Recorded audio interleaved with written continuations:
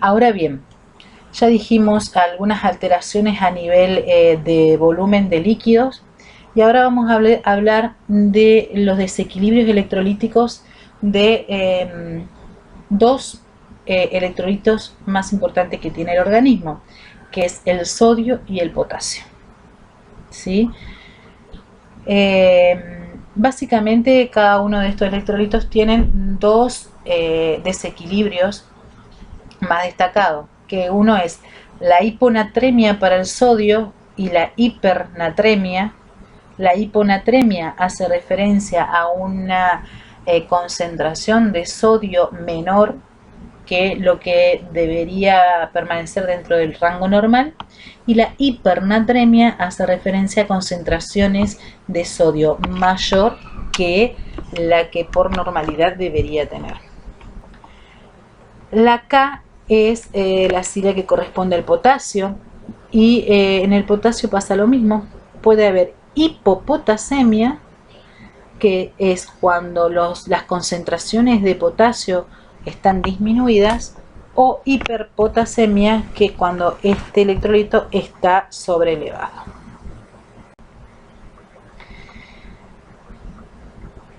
Cuando hablamos de sodio, tenemos que recordar que es el electrolito que abunda más en el líquido extracelular, que las concentraciones séricas normales de este electrolito pueden variar entre 135 a 145 miliequivalentes por litro, que es el principal determinante del líquido extracelular y su osmolalidad, que le va a permitir el pasaje de líquido del espacio intracelular al extracelular y viceversa, que es regulado por la hormona antidiurética, que es regulado por la aldosterona y que es regulado por la sed. Participa en el equilibrio hídrico, participa en las concentraciones musculares y participa en las transmisiones de impulsos nerviosos. Fíjense en todas las participaciones y todas las regulaciones que puede tener este electrolito. Por eso es sumamente importante poder identificar a tiempo los pacientes que se encuentran en riesgo de alteraciones de este electrolito, que es el sodio. La hiponatremia, como habíamos dicho anteriormente, es la concentración sérica menor a 135. Recuerdan que los valores normales es de 135 a 145 miliequivalentes por litro. Acá, en la hiponatremia, la concentración sérica es menor a 135. ¿Cuáles son los factores que contribuyen a esta pérdida de este electrolito? Pueden ser las pérdidas de secreciones gastrointestinales por medio del uso de diuréticos en pacientes que tienen insuficiencia renal, el uso de distintos fármacos, el tipo de dieta que consume la persona, y en algunos casos distintos traumatismos pueden generar esta pérdida en la concentración, esta disminución en la concentración de sodio. ¿Cuáles son las manifestaciones clínicas que nosotros como personal de salud vamos a estar atentos? Estos pacientes generalmente presentan una disminución en la turgencia de la piel, presentan sequedad de la mucosa, puede manifestarse cefalea, puede haber una producción escasa de saliva. Estamos hablando de líquidos, baja el sodio y baja las cantidades de líquidos. La tensión arterial puede estar disminuida, puede hacer hipotensiones ortostáticas, y en mecanismo compensador puede presentar una taquicardia, puede aumentar la frecuencia cardíaca. El paciente puede presentar náuseas y vómitos, puede haber dolor abdominal tipo cólico. El paciente se puede presentar con alteraciones del nivel de conciencia, puede estar en estado epiléptico, puede estar con letargo, mareo, confusión y hasta llegar al coma. Puede presentar el paciente calambres musculares, anorexia, puede tener la sensación de cansancio, ¿sí? Y puede haber edema con aumento de peso.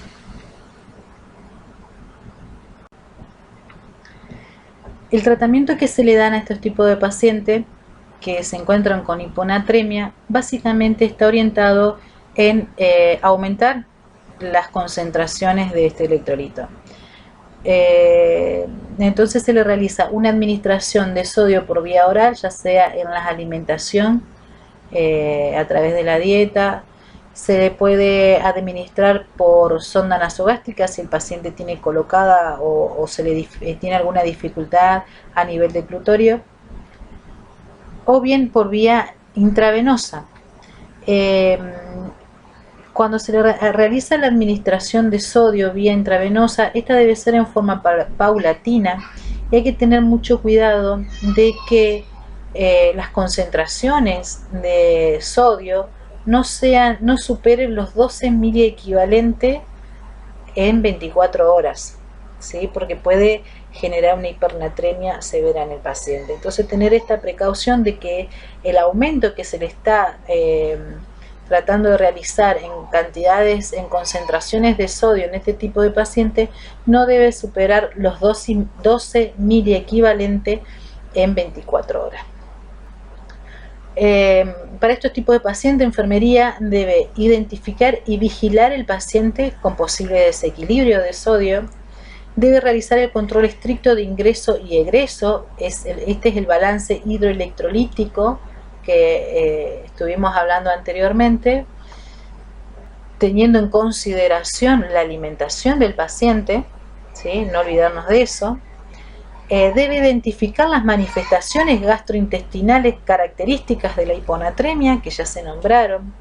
Debe estar alerta para identificar cambios del estado neurológico. Debe controlar y valorar las constantes vitales y, por supuesto, educar tanto al paciente como a la familia en relación a esta patología. Cuáles son los cambios que pueden llegar a observar y la necesidad de informar de manera urgente a algún profesional de salud ante algún tipo de complicación. Y por supuesto, toda intervención que se realiza en relación al tratamiento del paciente, en relación a la valoración del paciente y su familia, debe quedar registrado. Cuando las concentraciones séricas de sodio superan los 145 miliequivalentes por litro, estamos hablando de un estado de hipernatremia. Generalmente esto se da por ganancia de sodio, hay un ingreso superior de sodio, o bien por pérdida de líquido. Se pierde líquido, pero no el electrolito, entonces queda en las concentraciones.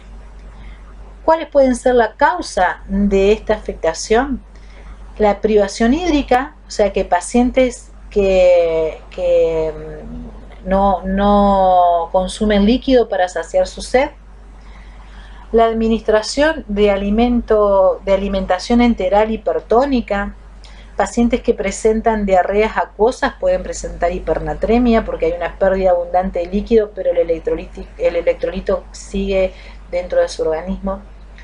Las pérdidas insensibles excesivas por shock de calor o por hiperventilación. Pacientes que presentan quemaduras importantes, pacientes que presentan diaforesis. El uso excesivo de bicarbonato de sodio es otra de las causas que pueden hacer que esta persona padezca de hipernatremia. ¿Cuáles son las manifestaciones clínicas de esta afectación? Primero y principal, el paciente va a presentar sed. Es la primera manifestación que va a tener. Tiene sed, significa que tiene mayor cantidad de sodio en su organismo. Puede haber sequedad y edema linguales. Puede haber una vasodilatación cutánea, ¿sí? puede haber edema periférico y pulmonar, el paciente puede presentar hipotensión postural. Generalmente están con oliguria el paciente porque tienen que reservar líquidos porque hay mayor cantidad de sodio, y los pacientes presentan aumento de tono muscular. Sumamente importante tener en consideración los signos neurológicos que puede presentar, porque hay veces de que el paciente no se manifiesta o no nos sabe informar cuándo fue la última vez que orinó o la cantidad exacta de producción de orina que tuvo. Entonces hay algunos datos que no lo podemos recabar con exactitud, pero sí podemos ver si el paciente está inquieto, si hay debilidad, hay desorientación, si el paciente presenta delirio o alucinaciones, que son datos objetivos vamos a obtener. Son datos importantes y que nos están hablando de una afección neurológica por afectación de las concentraciones de sodio en su medio interno. El objetivo del tratamiento para este tipo de paciente se basa en la disminución gradual de las concentraciones séricas de sodio. Se tiene que hacer en forma gradual para no realizar un desequilibrio severo en relación a otros electrolitos. El uso de soluciones, para esto se hace uso de soluciones hipotónicas o isotónicas no salinas, que eso lo vamos a ver después. Para este tipo de paciente, enfermería debe identificar y vigilar al paciente con posible desequilibrio de sodio, debe realizar un control estricto de ingreso y egreso en relación al balance, teniendo en consideración la alimentación si el paciente se alimenta, debe suministrar líquidos a intervalos regulares. Enfermería debe estar alerta para identificar los cambios del estado neurológico, no se olviden que son datos objetivos que tomamos, y debemos controlar y valorar las constantes vitales con un análisis y la interpretación efectiva de los datos obtenidos. Por supuesto, en la medida que se pueda educar al paciente, se lo educa, si su estado neurológico así lo permite, y si no, darle participación importante a la familia para el cuidado de este tipo de paciente. Y nuevamente, lo que decimos siempre es registrar. No se olviden que el registro es sumamente importante porque nos permite a nosotros determinar la evolución de nuestro paciente. El otro de los electrolitos que habíamos hablado es el potasio. Este electrolito abunda más en el líquido intracelular. ¿Se acuerdan que el sodio era en el espacio extracelular? Este es en el intracelular. Las concentraciones séricas normales varían entre 3,5 a 5 miliequivalentes por litro. Otro dato importante es que el 80% del potasio se elimina por el sistema renal, ¿sí? Participa en la función neuromuscular, es su principal actividad es a nivel del músculo cardíaco, participa en actividad esquelética y participa en el mantenimiento del equilibrio del estado ácido-base.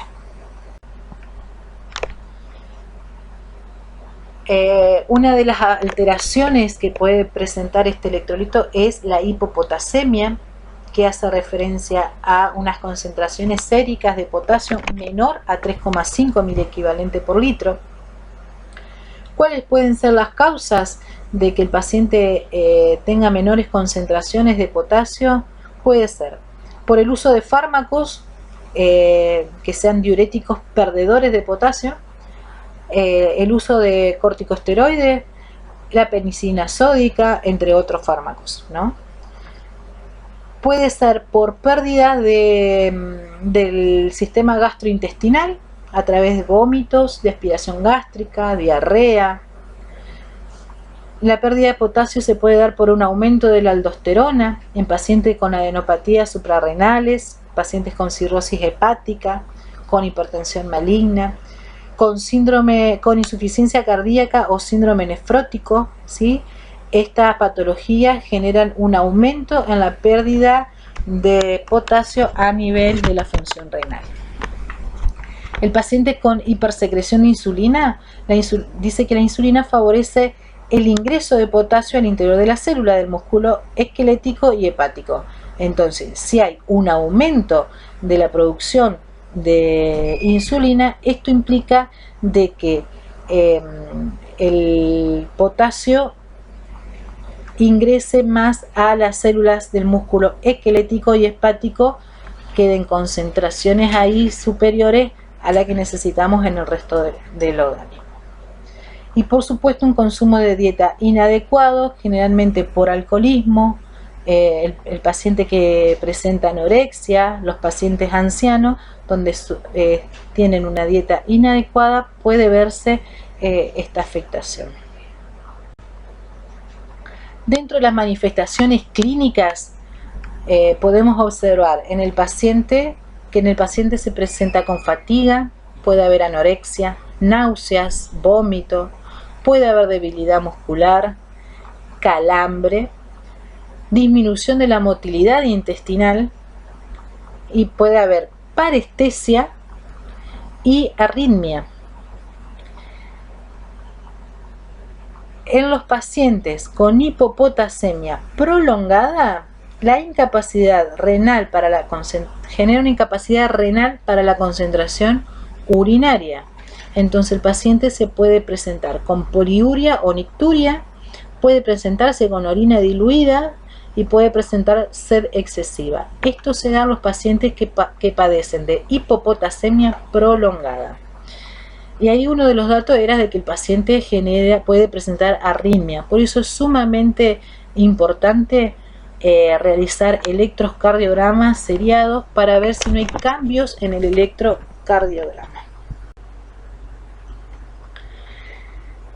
El tratamiento para los pacientes que padecen hipopotasemia básicamente está en la restitución endovenosa gradualmente del potasio, siempre según los valores obtenidos por medio de laboratorio, ¿sí? Se puede dar por suplemento vía oral si el paciente no tiene dificultad deglutoria. Se puede administrar una dieta rica en potasio, que las frutas, verduras, legumbres tienen altas concentraciones de potasio. Y también, tratar la causa. ¿Cuál fue la causa de esa pérdida importante de este electrolito? Sea vómito, diarrea, lo que habíamos estado hablando. Ustedes tienen remarcado ahí de que la restitución endovenosa de potasio en el paciente solo se puede comenzar cuando se confirme un flujo adecuado de orina. El paciente que está en anuria, que no está orinando, no se le puede administrar potasio. ¿Por qué? Dijimos que el 80% del potasio es eliminado a través de la función renal. Bueno, si el paciente tiene afectada la función renal y no hay producción de orina, no va a haber eliminación de potasio, y el potasio, si bien estamos en una hipopotasemia, tenemos que entender que va a tener que eliminar algo de potasio una vez que se restablezca el equilibrio adecuado. Entonces solamente se va a administrar la solución de potasio por vía endovenosa cuando el paciente esté orinando. Si no, no se puede comenzar con esta terapia. Enfermería debe en estos pacientes identificar y vigilar a los pacientes, por supuesto con posibles desequilibrios, realizar el control estricto de ingreso y egreso, corroborar que el paciente orine, sumamente importante, estar alerta para identificar los cambios del estado del paciente, que identificar signos y síntomas compatibles con las alteraciones electrolíticas. Debe realizar electrocardiograma seriado, debemos corroborar si el paciente presenta arritmia, presenta cambios en los registros del electro, y controlar y valorar las constantes vitales, sumamente importante. Y por supuesto, educar que es al paciente y a la familia. Bueno, cuando tenemos un paciente con hiperpotasemia, estamos hablando de una concentración sérica de potasio mayor a 5.000 equivalente por litro, ¿sí? ¿Y cuáles son las causas que pueden llevar a esta situación? Puede ser por una disminución de la excreción renal del potasio, puede ser por insuficiencia renal no tratada, puede ser por una disminución de la aldosterona. Esta disminución de la aldosterona produce una pérdida de sodio y retención de potasio. El uso de algunos fármacos, la insuficiencia renal aguda y crónica y el uso inadecuado de suplementos dietarios. Dentro de las manifestaciones clínicas que presenta un paciente con hiperpotasemia está nuestro trastorno en la conducción cardíaca. No se olviden de que el potasio es uno de los electrolitos principales que participan en la función miocárdica. Puede haber debilidad muscular, parálisis que incluye músculos respiratorio y de fonación. El paciente puede presentar náuseas, puede presentar cólicos intestinales, puede presentar diarrea. El tratamiento para los pacientes con hiperpotasemia básicamente está orientado a la restricción del potasio en situaciones leves. Si la cantidad de potasio a nivel sérico no va mucho más allá del límite, ¿no? Que dijimos que el límite de los valores normales del potasio es entre 3,5 y 5. Si es una hiperpotasemia leve, con la restricción de potasio generalmente revierte los cuadros. Pero cuando hay una hiperpotasemia grave, los valores son importantes, el tratamiento se da por urgencia con gluconato de calcio, bicarbonato de sodio, administración de insulina, la administración de soluciones hipertónicas de dextrosa. Y es considerado una situación de emergencia los pacientes con hiperpotasemia grave. Enfermería deberá mantener una vigilancia estrecha de las condiciones del paciente. Debe observar presencias de signo de debilidad muscular o presencia de arritmia. Valorar la función gastrointestinal. Debe realizar en forma seriada electrocardiograma, valorando si hay variaciones o no en el trazado eléctrico. Debe controlar y valorar las constantes vitales. Y un dato a tener en cuenta es que ante la administración de gluconato de calcio, que es lo que va a permitir en parte revertir la hiperpotasemia, durante la administración hay que tener especial cuidado en relación al control de la tensión arterial.